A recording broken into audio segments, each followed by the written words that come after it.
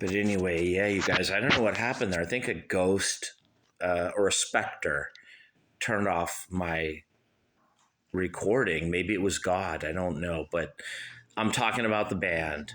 And I love the faces, Ronnie Wood, all those guys hanging out.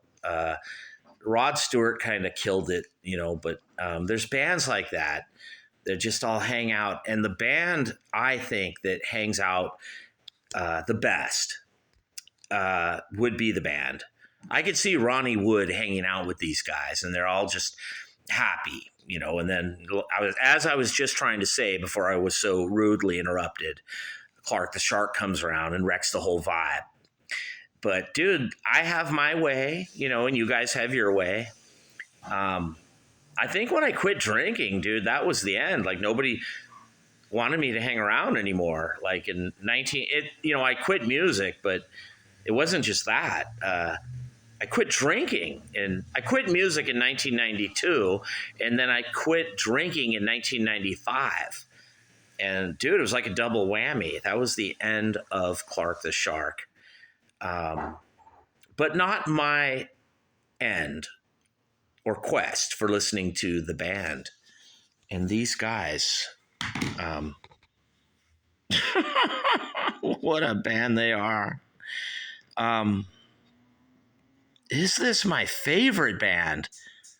It could be The Weight. Dude. Wow. I mean, there's a lot of shit here to go through. You guys have just amazing shit. Now, I know there's a lot of you that are just going to listen to 2 songs, but don't. You got to listen to this whole thing. The Weight is fucking killer, you guys. Some of you will be like, Shark, I can't make it through just this drunken, these miserable drunken guys, or they're happy, or you can't tell, you're just torn. But The Weight is awesome. You guys, what a song.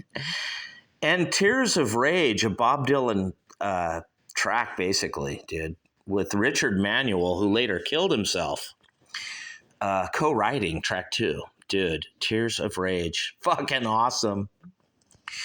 Chest fever, that's like me right now, Clark the Shark. There's something in my lungs that like hurts, and it could be, a heartache. I don't know. It could be COVID or the flu. Or there's people that are like, he's so sad since the little baby left. Like, dude, oh, you really care about me. They're up there Thanksgiving like, he's so sad. He lost his little girl. Oh, yeah, you guys really help me, don't you? You really help me, don't you? I shall be released, though, dude, Dylan. I shall be, you guys. I shall be free from all of you. I don't fucking care. Dude, you got one of the best conversations in the South Bay and Gardena is he's so sad. He's so egotistical. How can I be sad and egotistical? I mean, dude, he's a narcissist. He's a nihilist, narcissist, sadist, masochist. What the fuck are all you people, dude? Who are you? How are you better, different, or whatever? What, you're tall, good looking? What are you that's better than Clark the Shark? Dude, how am I? You guys fucking vote for Kamala Harris, and you call me a narcissist or a nihilist, or I don't know, you guys, because up on Cripple Creek, Shark will send you. If you sprang a leak, Shark might mend you. I might or I might not, you guys. A shark don't have to speak. She defends me. A sharky's dream if I ever did see one. That's right, you guys. I have my wife. At least I have someone who sort of defends me here on the Clark the Shit Show. Track 6, The Night They Drove Old Sharky Down. And all the people were saying he's a narcissist, nihilist. He lives in his own little world. What do you guys do, dude? Talking to my sister Mary. What fucking world do you live in? You go into a hospital. There's an old grandma, 81 years old, dying. And you get her to sign documents. Dude, you fucking live in your own little world, Mary. Not me. I don't go and have an old grandma senior citizen sign documents. That's right. I don't do that. I got more class, integrity, and dignity than that. And while I'm on the subject, Mr. N, didn't you have a 90-year-old lady recently sign documents? Oh, dude, oh, Mr. N, you're such a genius, aren't you? You're gonna live forever, Mr. N, aren't you? Right here on the Clark the Shit Show. You know, we all get old, dude, and we all fade away. Yeah, we will. The night they drove old Sharky down, and all the people were saying, what were you guys saying? Dude, what are you guys better? How? Who's better? You guys all sit around and talk like you're bigger, better than Clark the Shark? You're not. Yeah, you're fucking not. Don't think that you are.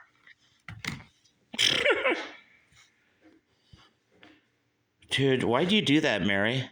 Why'd you have Joanne sign those documents? Well, you lost dude, there's homeless everywhere now. You lost our house at 251 Paseo de Gracia, sweetie. I could fucking live in that house, or maybe Huck or Rachel could live in the fucking house. Oh my God, dude. Don't piss me off right now. I'm getting in a bad mood. Rag, mama, rag. Amazing shit. Dude, when I get into the band, I start thinking of the old days drinking and, King Harvest has surely come. And just these songs make you want to drink or something, dude. The Shape I'm In. Awesome. Stage fright. I don't have that. When I'm on stage with GE, baby, there ain't no stage fright. And I think the South Bay is intimidated. I call you guys all out because 5'6", short little guy, high squeaky voice. You're hearing the truth. I ain't 6'3" and good looking here. So people are scared shitless. You're gonna fucking hear the real deal from Clark the Shark. I ain't got stage fright. Who knows? Maybe someday it's time to kill. Track 11. I love that one. And life is a carnival. It's all good shit, dude.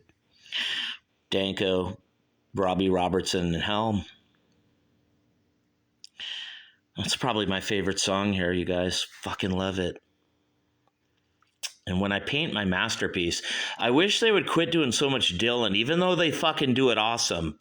It's incredible, you guys. When I was back in the South Bay kicking it with Joe Groovy, dude, at Tubby's or wherever, in his house before that, we would listen to the band and just drink till fucking...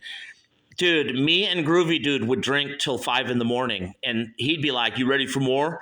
I'd be like, "Dude, we've already drank each 24 beers or something, and I've already thrown up 4 times." And he's like, "No, dude, you ready for more?" And he just crack open another fucking old Milwaukee 28 pack or dude. Remember that movie, The Stoned Age? They drank like the ox. In the South Bay, we had Golden Crown 40s or something where we'd buy them at Lucky's. Remember that place, or Safeway? Remember, I'm not talking old Milwaukee or Pabst, I'm talking, dude, Golden Crown. I don't even know if it's still around. It's probably a generic beer now at Vaughn's. But me and Joe Groovy Dude would drink that and listen to the band. And dude, we couldn't get enough of this shit. We would watch the band play live. He'd be like, "Sharky, now that's how you play drums and sing at the same time." And I'd be like, "Dude, we would just get sloshed, hammered, pissy drunk, dude. Because Ain't Got No Home, I didn't have one. Me, Clark the Shark, I couldn't go to 251, so I was either with Joe Groovy Dude or something, or somewhere, dude, or down at the pub, or what was that place down Avenue I, Catalina Avenue? I would be at all those, or Toast Tavern, or Hennessy's, and dude, I'd either be drinking or thinking about the band. and just I wish I could hang out with the band. We all just get fucked up till 4 a.m. like me, Joe Groovy Dude, in the band. That would be and back in like 87, 88, or 1994 and 93, that was my dream, you guys.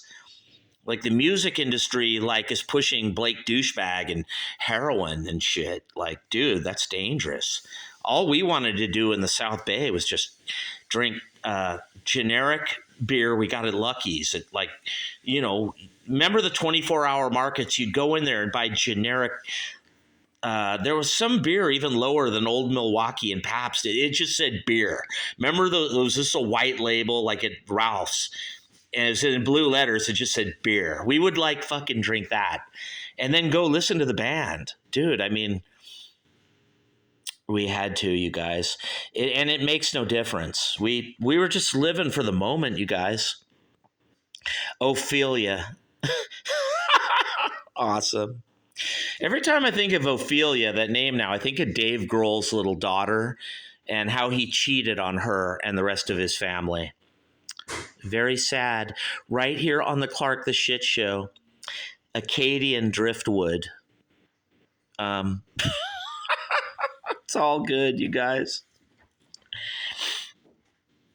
Yeah, dude. The saga of Pepote Rouge.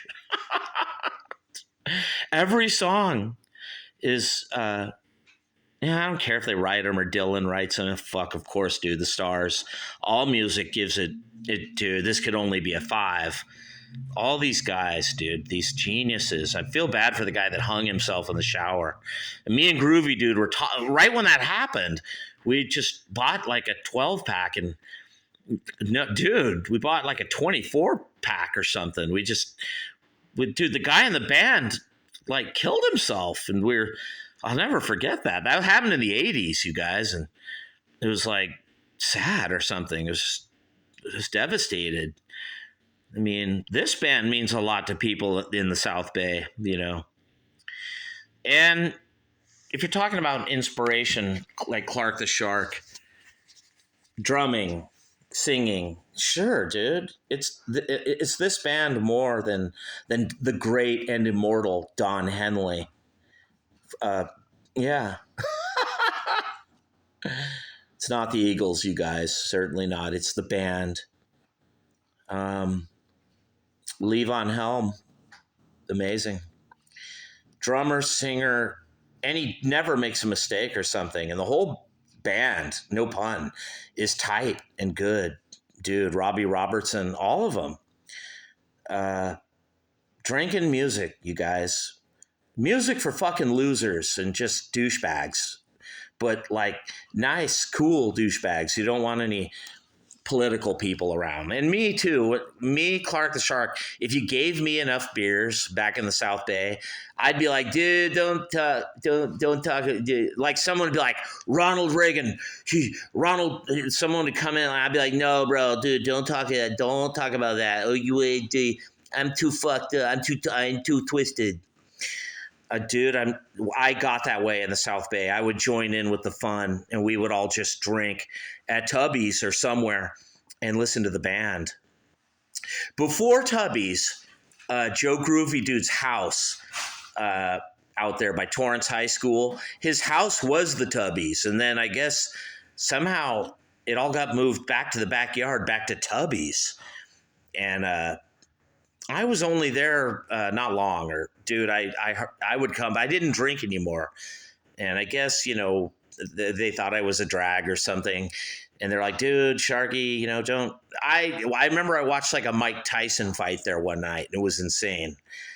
And one time, Groovy Dude, I had a ticket to Rush, and he grabbed my ticket, put it in his mouth, he started eating it. And I literally had to reach into his mouth to get out my Rush ticket to go to the show with my nephew, Hagen. I'm not kidding you guys. But that might be one of the last nights I was ever there, because I was like, dude, how dare you eat my ticket to go see Rush at the fabulous Great Western Forum, or whatever it was called at the time, the Kia. Now it's called like the Kia Forum or something. But the band, of all the bands, no pun, of all the groups, of all the rock groups that I, Clark the Shark, love, the band is, because of the drinking and the connection in the South Bay with the Hermosa Saloon and going down to Brennan's Pub in Marina Del Rey or Playa del Rey, or just going and getting fucked up. I have so many memories. And the band was always like the soundtrack or something. I had to listen to the band. If somebody was playing like Black Flag or the Descendants or the Circle Jerks, or dude, turn that fucking shit off. I'm getting fucking drunk. I'm getting pissy ass wasted, and I'm listening to the band, motherfucker. And I don't want any disturbance otherwise. Right here on the Clark the Shit Show. I love this shit, you guys. Great memories in the South Bay. Maybe bad memories. Maybe I wasted my whole life. Who knows? But if I wasted it on the band, dude, it was worth it. Right here on the Clark the Shit Show. And I'm out. Peace.